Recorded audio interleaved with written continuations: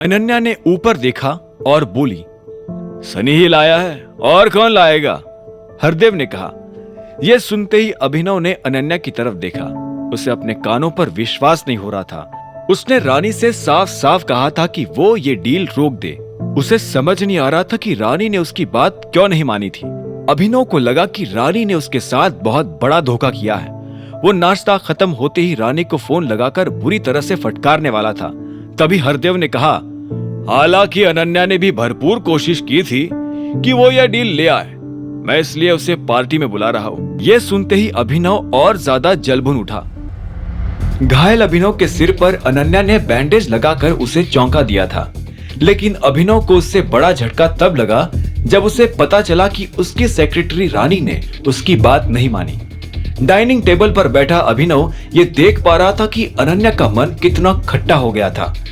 उसे इतना बुरा लग रहा था कि वो किसी से नजरें भी मिला नहीं पा रही थी।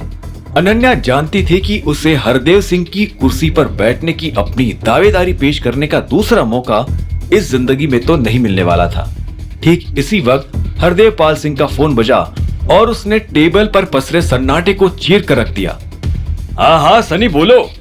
हरदेव ने फोन उठाकर खुशी खुशी कहा, लेकिन उधर से सनी ने जो जवाब दिया उसे सुनकर हरदेव की आंखों की पुतलियां छोटी हो गई। उनके चेहरे से खुशी मानो गायब ही हो गई। उन्होंने कहा, क्या हमने कॉन्ट्रैक्ट खो दिया?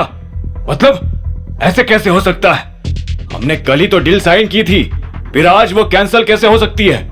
जैसे ही टेबल पर बैठे बाकी लोगों ने ये बात सुनी तो सभी की हैरान नजरें हरदेव की तरफ घूम गई। हरदेव ने सनी से आगे कहा, लेकिन ऐसा कैसे हो सकता है और तुम ऐसा होने कैसे दे सकते हो? मुझे तो लगा था कि तुम सब संभाल लोगे। तुमने ऐसा क्या किया जिसकी वजह से उन्हें दोबारा विचार करना पड़ रहा है? हरदेव की आवाज गुस्से में तेज हो गई थी। उनका चेहरा लाल हो गया था। जब उधर से सनी कोई सही जवाब नहीं दे पाया तो हरदेव ने गुस्से में फोन काटकर टेबल पर पटक दिया। राजीव ने हरदेव से पूछा, पापा क्या हुआ? हमारा कॉन्ट्रैक्ट कैंसिल हो गया। यह सुनते ही सब लोगों के होश उड़ गए, सिवाय अभिनव के। वो मन ही मन मुस्कुरा रहा था। इससे पहले कि कोई आगे कुछ कहता, हरदेव ने कहा, टाइगर ने हमारी डील कैंसिल कर दी है, लेकिन मुझे समझ नहीं आ रहा कि उन्होंने ऐसा क्यों किया। उन्होंने जो मांगा था हमने वो सब दिया था। हमें इस डील की कितनी जरूरत थी। और हरदेव इससे आगे कुछ नहीं कह पाए। ये खबर सुनकर उन्हें सबसे ज्यादा धक्का लगा था। राजीव ने हरदेव से कहा, ऐसा तो नहीं कि कॉन्ट्रैक्ट की कोई बात टाइगर को पसंद ना आई हो? तभी अभिनव अनन्या की तरफ झुका और उससे धीरे से बोला, यही मौका है, मार दो चौका। अनन्या ने अभिनव को देखा और बोली, पागलों जैसी बात मत करो। अगर टाइगर ही एलेक्स के साथ डील नहीं करना चाहते हैं तो उसमें मैं क्या? कोई भी कुछ नहीं कर सकता। अनन्या की बात पर अभिनव ने कंधे उचकाते हुए कहा, इसे बता कौन क्या कर सकता है और क्या नहीं। इस बीच हरदेव बोले, मैं कंपनी के ऑफिस जा रहा हूं। अभिनव ने यह सुनकर फिर से अनन्या को देखा। वो चाहता था कि अनन्या इस मामले में कुछ कहे।